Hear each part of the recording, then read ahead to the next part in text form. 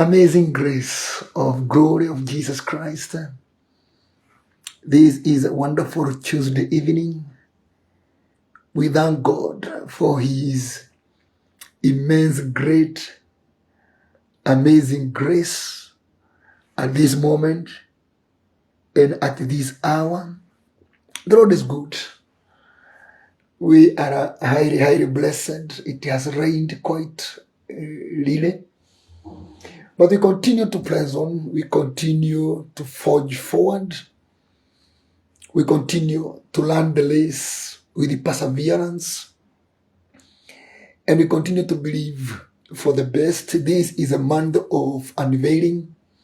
This is a month of manifestation. We thank God for everything as we continue to understand or to continue to claim. Actually, we said yesterday, we are claiming these living rewards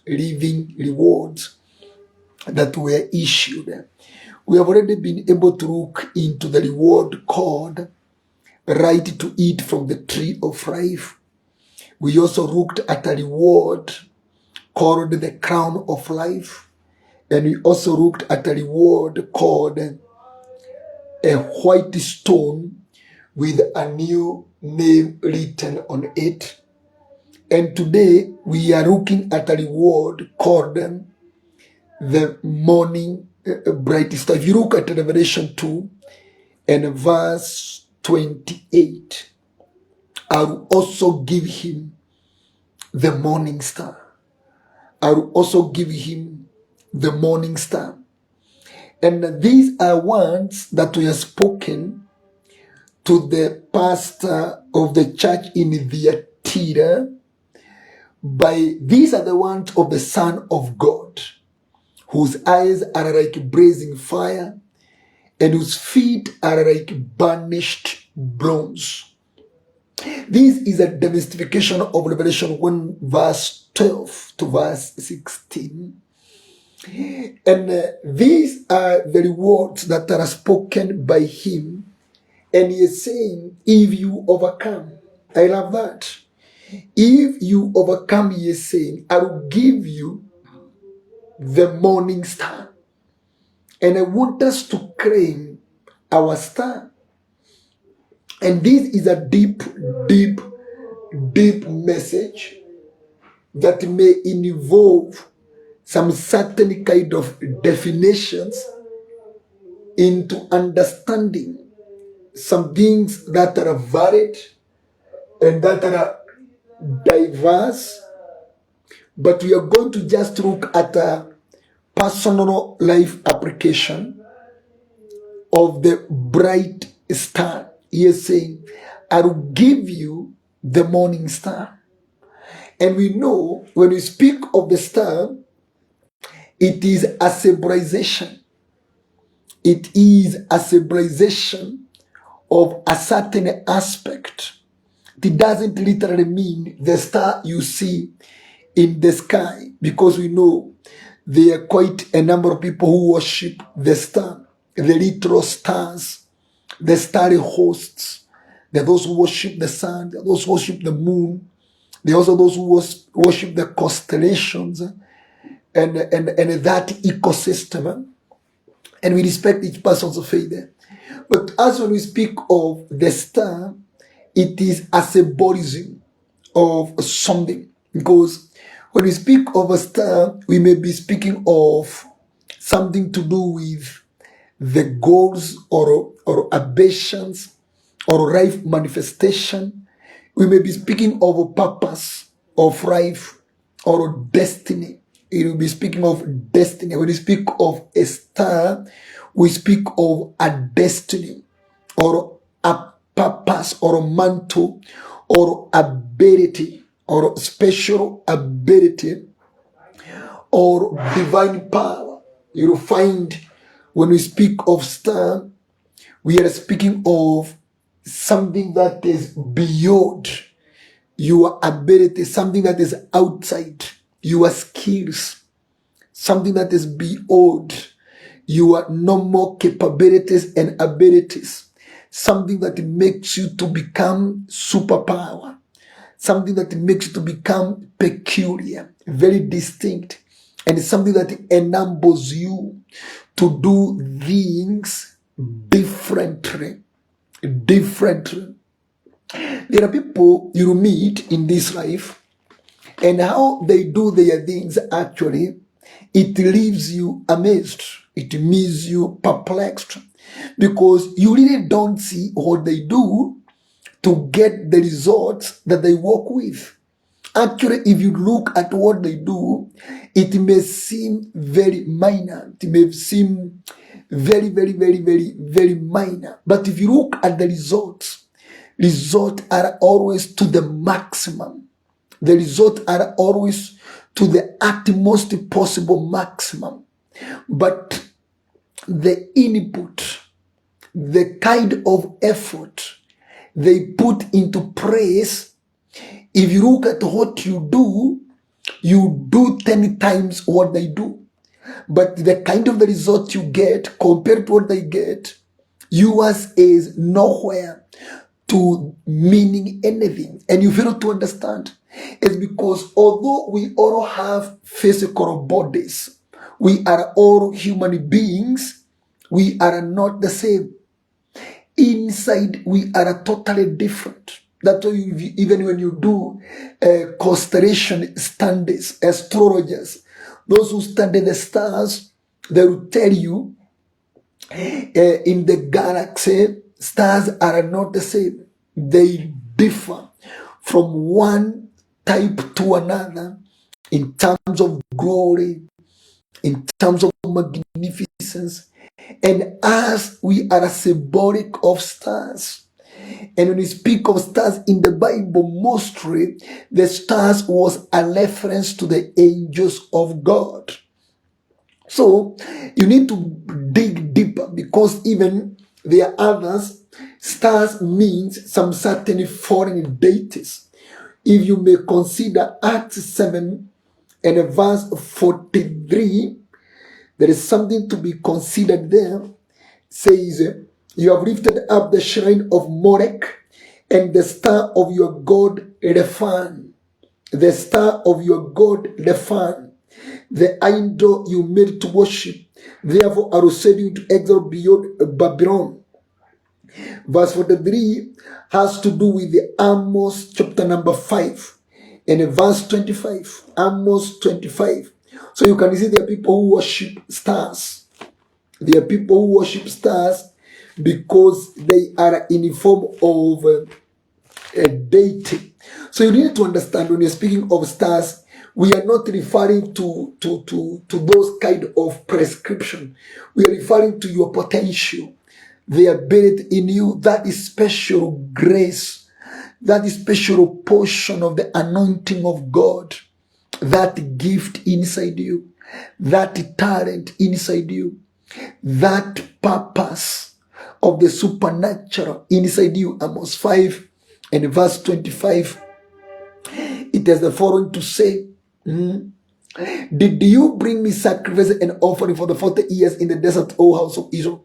You have lifted up the shrine of your king, the pedestal of your idols, the star of your God, which you made for yourselves.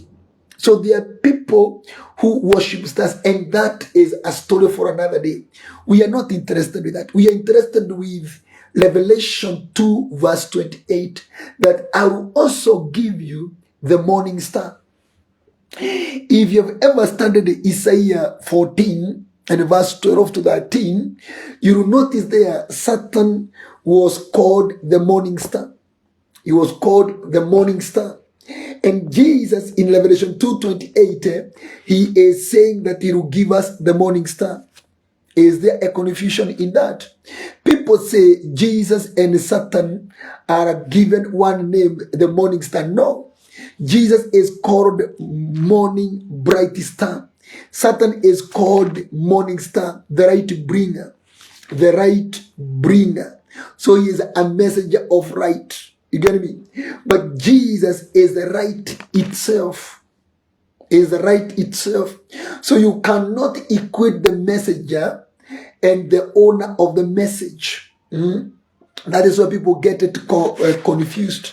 You know, nowadays we are running a lot to a point where we are getting confused. He says, how you are fallen from heaven, O morning star, son of the dawn. You've been cast down to the earth of you who once laid low the nations. You said in your heart, I will set the heaven, I will raise my throne above the stars of God. So the stars of God, they're referring to angels. And Satan, Lucifer himself was called the morning star. The morning star, the right to bring. Lucifer means the right to bring. He is the right to bring, so he is a messenger. But Jesus is a right himself. He is the right himself. So it can say Lucifer was a messenger of Jesus before his fall. Because Lucifer is his actual identity and his actual existence before the presence of God. But Satan is his fallen nature. Devil is his fallen nature. But his original nature is the morning star. But he does not continue to operate as such, because now he is in a foreign state. So he contains darkness. And instead of producing light, he produces darkness. So our attention is drawn to the morning star. Revelation 2 and verse 28, he is categorical. I will also give him the morning star. Before we look very briefly into the kind of the things that you go through so that you can be given the morning star, can we see it from other scriptures? In 2 Peter 1 verse 19, there is something the man of God is saying there that can guide us to certain faith. 2 Peter 1 and verse 19 says what? And we have the word of the prophets made more certain. That is revelation or the unfolding of the prophecies that were done by Moses, by Isaiah, Jeremiah, Ezekiel, Daniel, Amos, Hosea, Micah, the likes of Akina Malachi, Zechariah, Haggai, and the rest. You see? And you do well to pay attention to it as to a light shining in a dark place until the day dawns and the morning star rises in your heart. And the morning star rises in your heart. Is saying in your heart. And you have seen in Revelation 2:28, Jesus is saying, I will also give you the morning star. And Peter is saying, until the morning star rises in our hearts. So there is the star as symbolism of the Lord himself. And also there is the star in terms of a deposit of God inside you. 2 Corinthians 4 verse 7 speaks of a treasure containing all surpassing power inside the jar of clay. And Ephesians 3:20 speaks of that God is able to do immeasurably much more than you can imagine according to his power that is at work within you. And then he continues to say that he who is in us is greater than the one who is in the world. And he says, until the morning star rises inside you. So he is saying what? What is that do you need to do so that the morning star can rise in your heart? Is to do what? Is to continue paying attention to the unfolding of the word of the prophets. So he's saying, the more we keep on practicing the unfolded word of the prophets, the star, the morning star in our heart rises up. So meaning, many people are carriers of the morning star, but not in reason form. not in uplifted form, not in manifestational form. It requires a word of reinforcing. You know, that's why Paul was telling Timothy that fan into frames the gift of God that is inside you. So when we speak of a star inside you, we are referring to a gift of God. We are referring to the talent inside you. We are referring to the calling that is inside you. We are referring to that purpose that is inside you. We are referring to that mantle or the scepter or the anointing that is a deep inside you in a dormant form. But the more we continue chewing the cud of the word of God, the star continues to rise, and it rises and it rises until full-blown manifestation. Can you consider Philippians 2 and verse 15? Philippians 2 and verse 15 says something. Therefore, my dear friends, as you have always obeyed not only in my presence, but now much more in my absence, continue to work out your salvation with fear and trembling. No, we are supposed to read Philippians 2 and verse 15. Verse 15, I read it 12. Verse 15, he says what? We can read together with verse 14. Do everything without complaining or arguing, so that you may become blameless and pure, children of God, without fault, in a crooked and depraved generation, in which you shine like stars in the universe, as you hold out the word of life.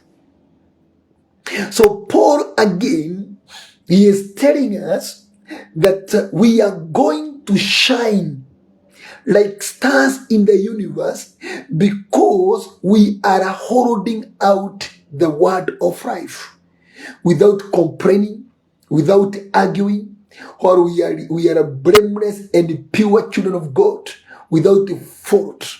So he's saying there are so many stars we have in our midst, stars of this dimension, stars of this area. There are people who are born stars in the area of entrepreneurship.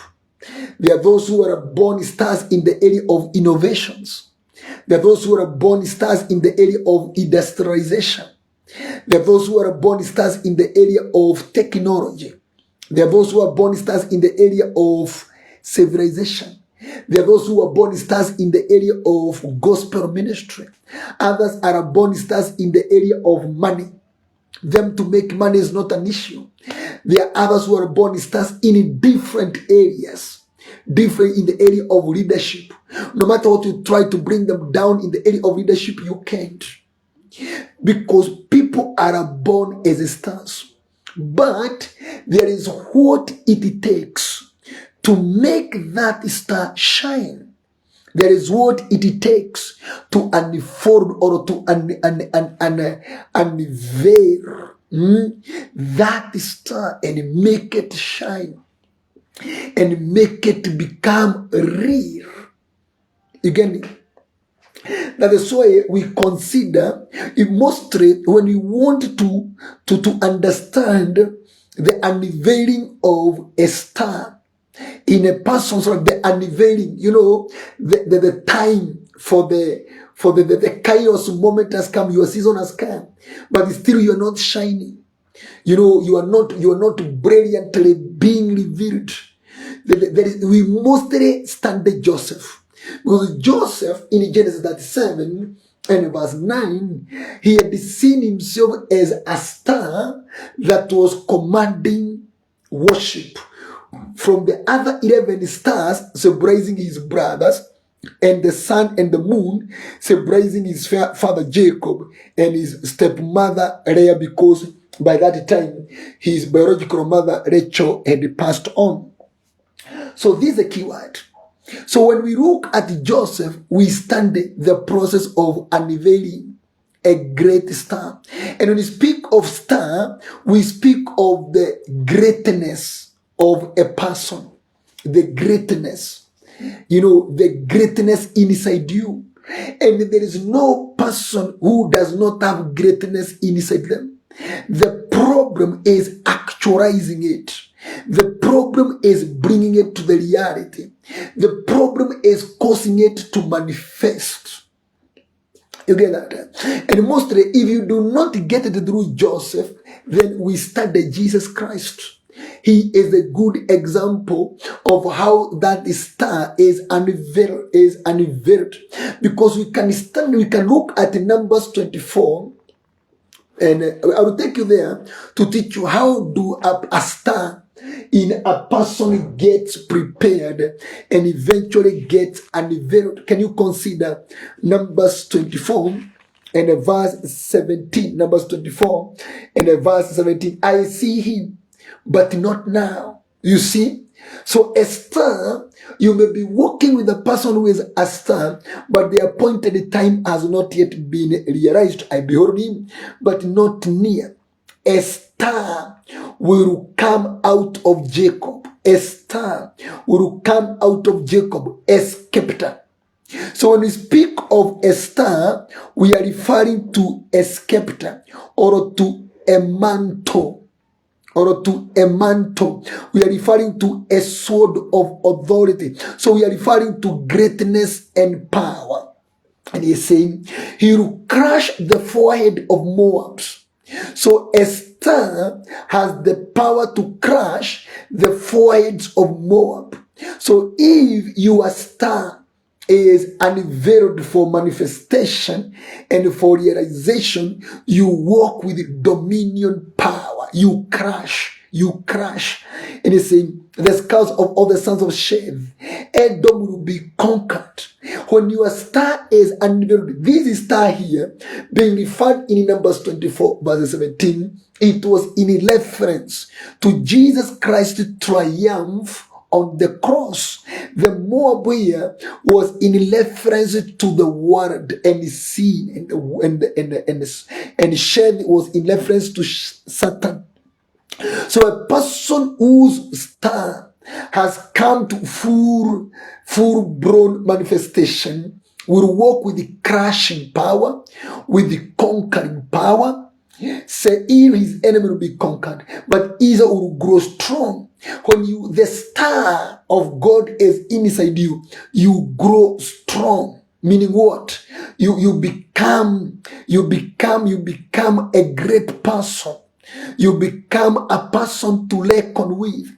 A ruler will come out of Jacob and destroy the survivors of the city. When the star of God is inside you, you destroy shrines, you destroy altars, you destroy the survivors of the city.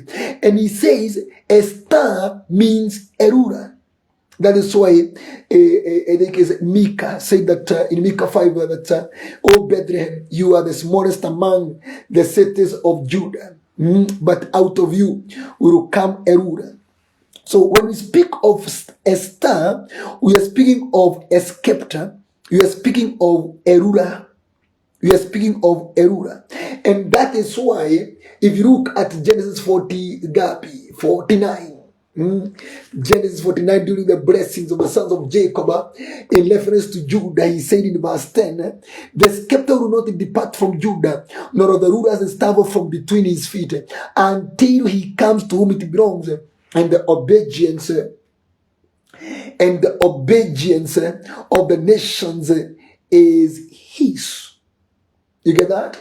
So meaning, this star, which was being referred by Jacob to Judah and was seen by Balaam, was in reference to Jesus Christ. And in Revelation 2:28, he said, I will give you the morning star. And we said the morning star was a title given to Satan, where he was still a Lucifer, or he was still a cherubim. So when he's telling us that he will give us the morning star, he is kind of telling us he will give us the dimension that Satan was operating with before his downfall. That is why when you are appointed by God, to walk with the grace of God, you get earmarked by hell. You get earmarked by Satan for dealing with you. For dealing with you. Because the Satan knows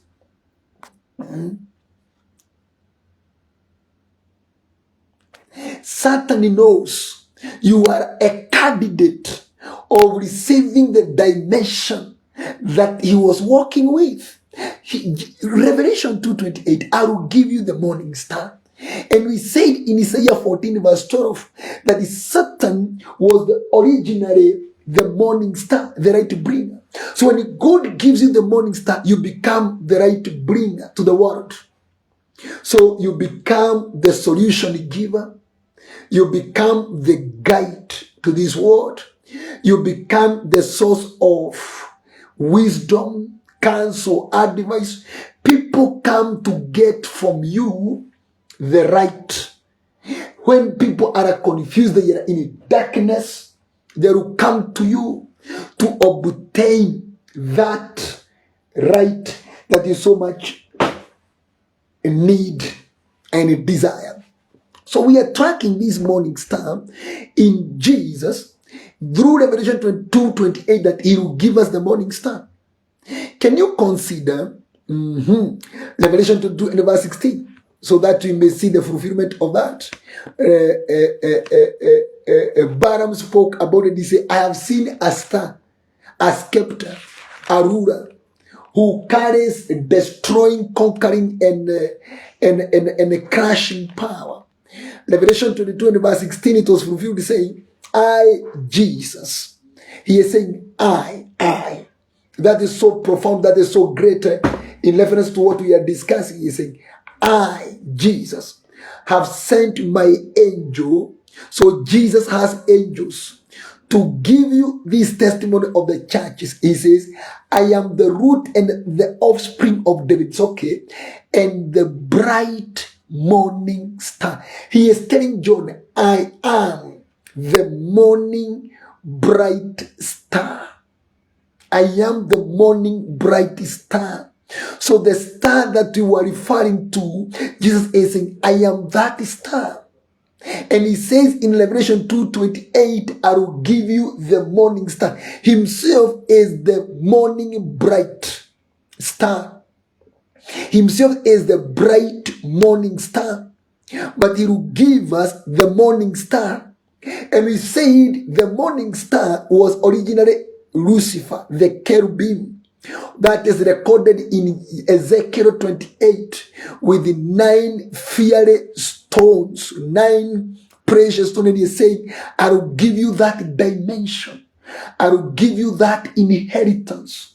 So you walk with that magnificence, that glory. You're going to be, and you become the right bringer. So our point is how do you position yourself to qualify for Revelation 2 verse 28? He says, I will also give you the morning star. So the problem is the positioning. Can we still, before we go back to our main text, look at Matthew 2, and still we see this star.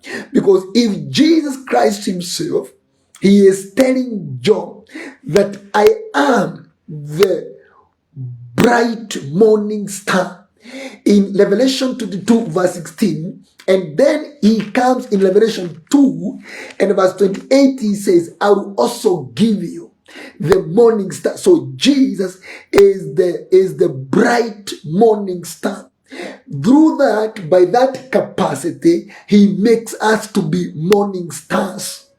And we are supposed to shine in this crooked, dark world.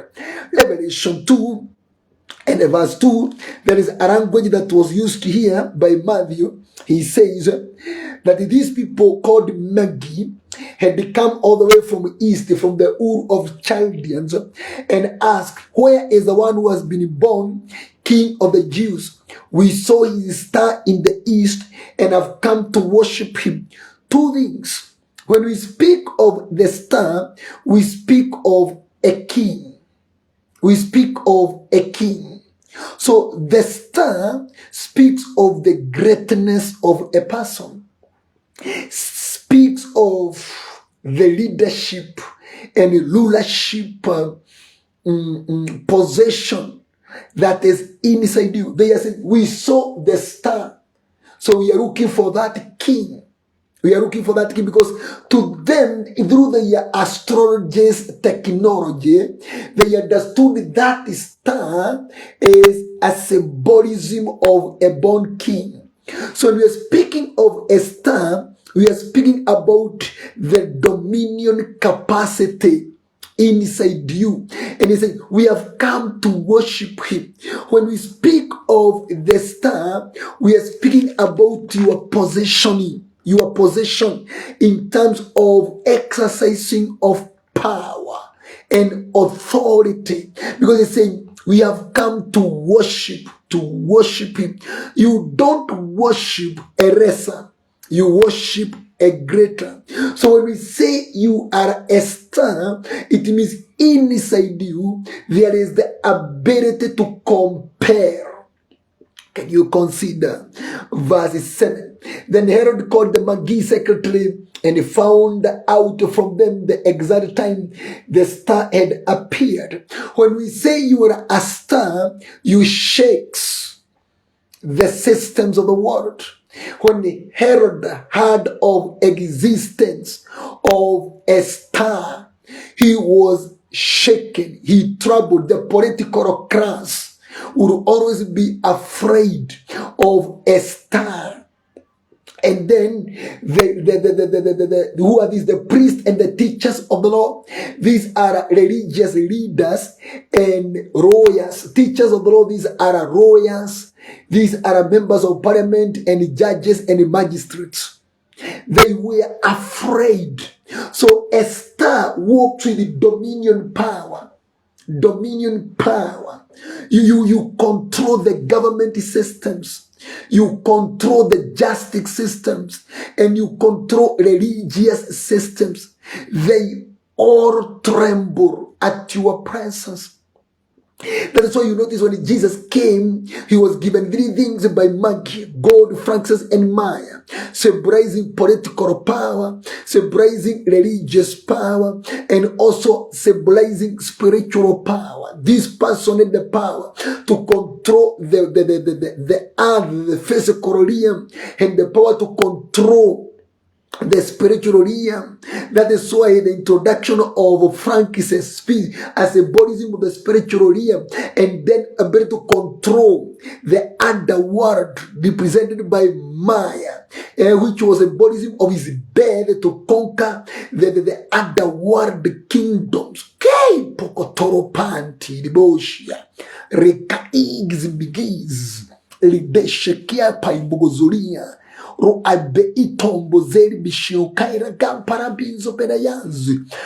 say that this person is a star, you need to expand and understand what are we speaking about. And it starts the constellations. They operate from the heavenly places. So this is a person who is high ranked in the spiritual realm. So when you say that you are a star, it means you will be fought by the kingdom of the air forces in terms of principalities, in terms of elemental spiritual forces, in terms of rulers of darkness, in terms of the thrones and the powers of the darkness. And then it will be attacked by the physical world, the entities. These are witches, sorcerers, wizards, mediums, astrologers, diviners, spiritists, and the consultants of the grave and the ancestral powers. They will fight you, and then it will be fought by the underworld kingdoms. In terms of marine kingdom, it will be fought by Satan himself and his demonic forces. The hell will break rules against you because you are a threat to the 3 kingdom entities: the air, the soil, the ground, and also the underground. That is why when you say you are a star, you need to take maximum care of yourself. You are not just a nobody. You are a serious threat You are a serious threat to witches, to sorcerers. So when they look at you, they don't look at you as a person. They look at you from the eye of the damage you can do to them if you'd one day function as that star that you are. And you've said the star inside you refers to the scepter, refers to rulership, refers to mantle, refers to kingship, refers to that mantle, that ability, that greatness, that power, that dominion, conquering, crushing, triumphing ability inside you. If you look at verse Gapi, if you look at verse 9, when after they had heard the king, they went on their way, and the star they had seen in the east went ahead of them until it stopped over the place where the child was. So when we speak of the star, we speak of divine guidance. Divine guidance. The star guided them to where the baby was. So a person who is a star, you will notice they may seem to have lost the way. They may seem to have lost the way, but imagine they are on the track. They are on the path towards their glory. Something else is this. When they saw the star, they were overjoyed. So when you speak of the star, we are speaking of extraordinary joy, extraordinary happiness. There are people, when there is a guy I went to pray for last year, and whenever I would pray, I would go to pray for him. When we start having a conversation, the gentleman would just sleep. One day I asked him, why do you sleep when I come? And when you're speaking, he told me, when you come, I feel a lot of peace. I feel the house full of another atmosphere of peace, and I get carried away by that good, conducive environment. Wow. And I asked him, what is the difference when I'm here, when I'm not here? He told me, when you're not here, this place is complex, is very rigid, is very opaque. You feel like there is a heavy crowd sitting on this place. The moment you enter, that rigidity is scattered, and a new atmosphere of peace and quietness and calmness is introduced. That is why I sleep. Wow. That really encouraged me. So when they saw the star, they were overjoyed. So when you're speaking of the star, we are speaking of fulfillment of happiness, fulfillment of honeymoon in your marriage, intimacy in your marriage, get renewed and restored. We speak of happiness. This overjoyment, no matter the area, it will be a pride. The star in your life is a symbolism of overjoyment. God releasing happiness, laughter, joy, rejoicing, gladness, celebration, and all that. Your life no longer have any dull moment. Wow. When they saw, they were, and on coming to the house, they saw the child with his mother Mary, and they bowed down and worshipped him. Then they opened their treasures and presented him with the gifts of gold and of incense and of myrrh. Can you understand that? So we have seen, if you are a star, or your star becomes active, people will bow down to you. People will bow down to you. You command authority. You exercise authority. You don't have to speak it. Your personality commands that. And he says they worshipped him. That one is huge. And we know from the Bible concept that only one person accepts worship, God himself. So when Jesus here is accepting worship in a baby form, it means he is a divine being. This is a divinity himself. This is the deity himself. And the Bible says they was interested in the three things. They gave him God. So when the star, and we said, there is a verse we said, in 2 Peter 1:19, until the star rises in you. So the star, God puts it in you. However you want to define the star is, just define it. But he's saying, when the star now rises in you, when the star now is manifested, it is fanned into frame, and it starts releasing its brilliant, magnificent X-rays. It attracts gold. So a person whose star is active in his endeavor, they attract financial breakthroughs. Gold come where you are. Gold come where the star is. Money come where the star is. So if you're not making money, ask yourself. That is why you had another man of God somewhere was speaking about hauna nyota. He had a revelation, but he didn't have the knowledge. So he was not able to explain it, what God had shown him. But he was very, very, very correct. The problem was detailing it to make it be understood from a point of knowledge. You get me? So we say you are a star. God has given you the morning star. Revelation 2:28 is our main text. You attract gold. Money comes where you are.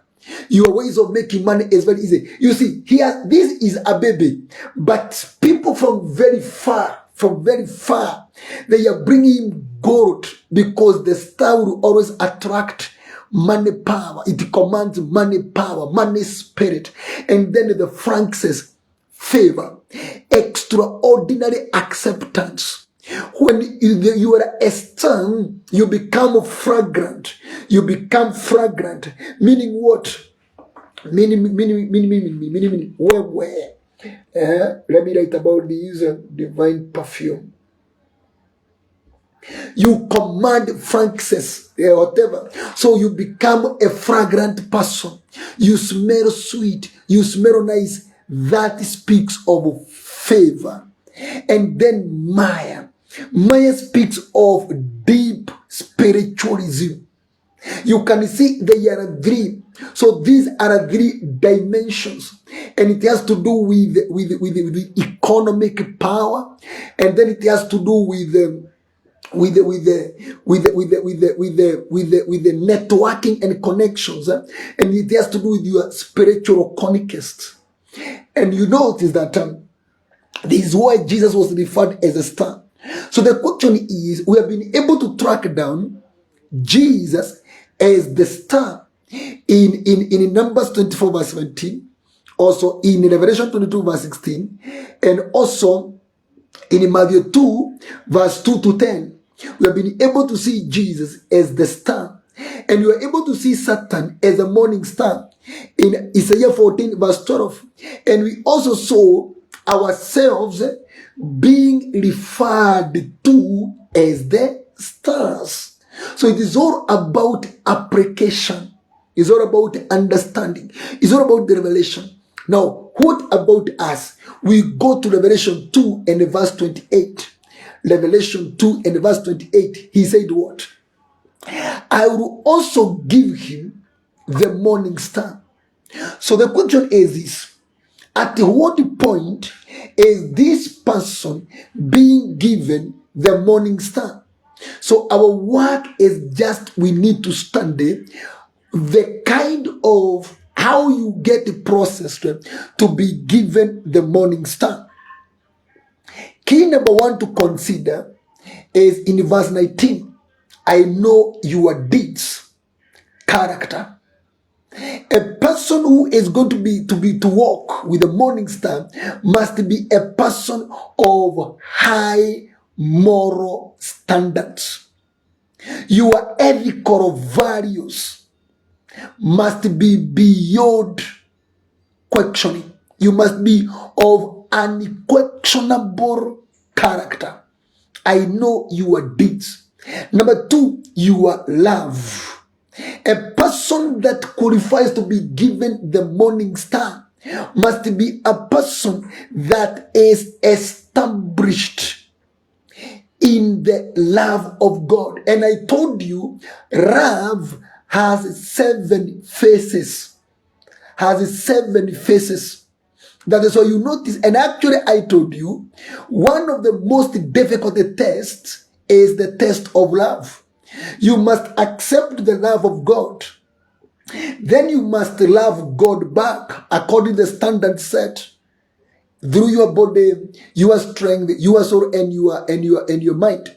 And then you must love yourself. Jesus says, love your neighbor as you love yourself. So you must love yourself. Number 4, you must love your neighbor. He said that. And then you must love your enemy. He said about your enemy, those who hate you, love them. Do not hate them. Love them. And then you must love the humanity.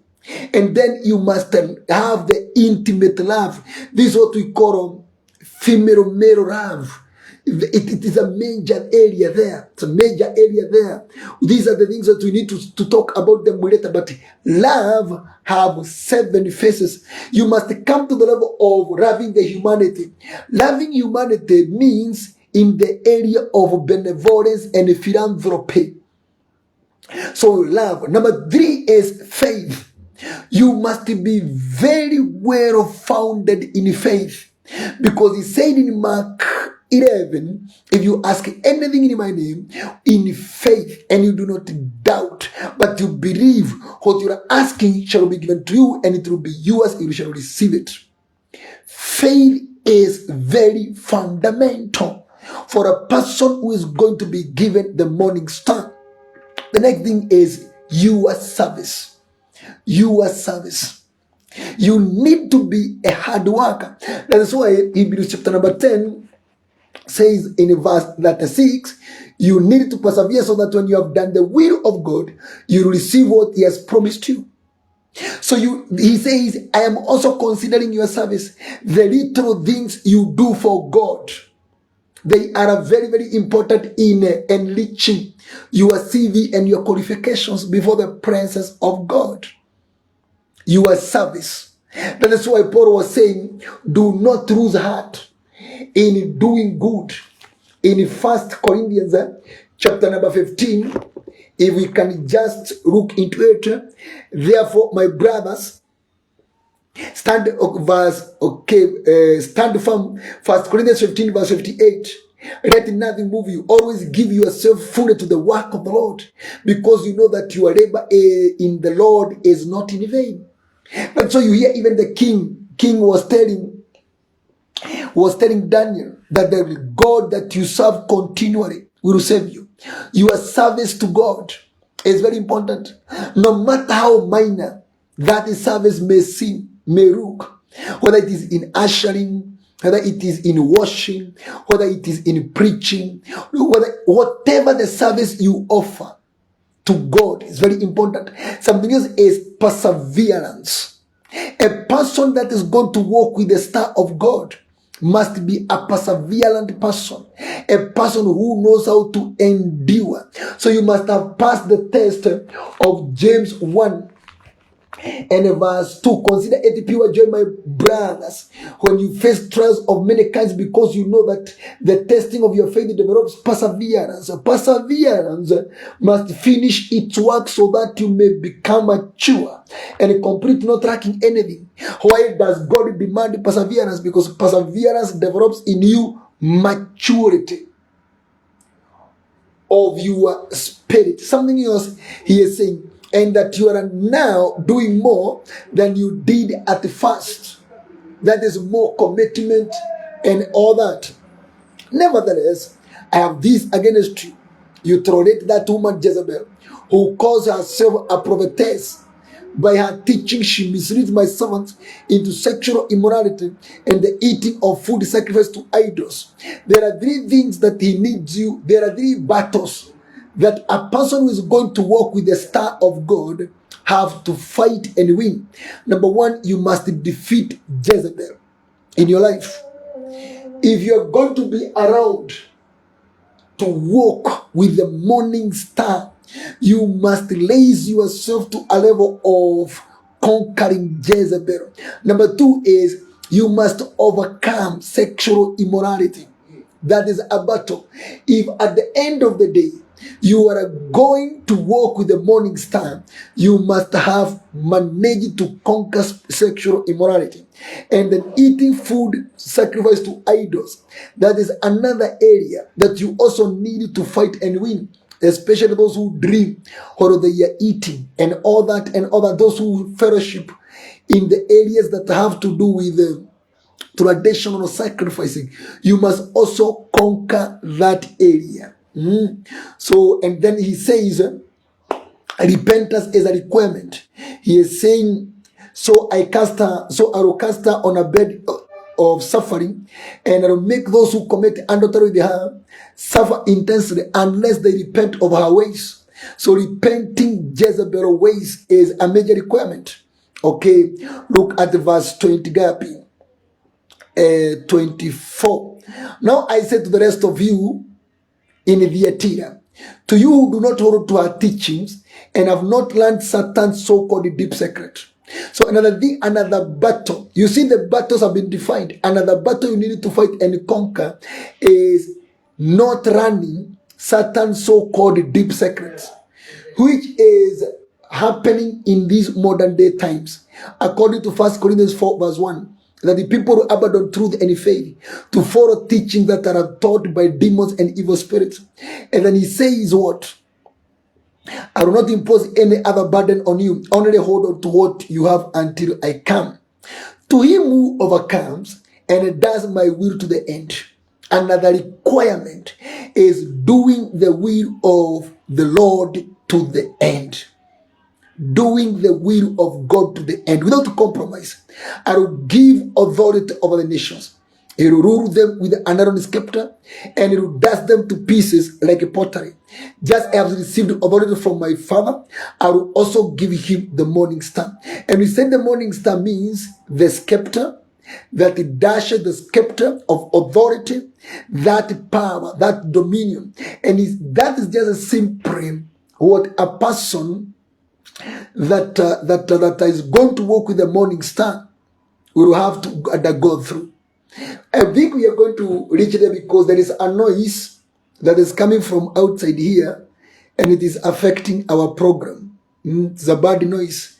It's affecting our program. We are going to reach there, but I decree and I declare, by the masses of God, by the great masses of God, let Revelation 2, verse 28, come to happen to us.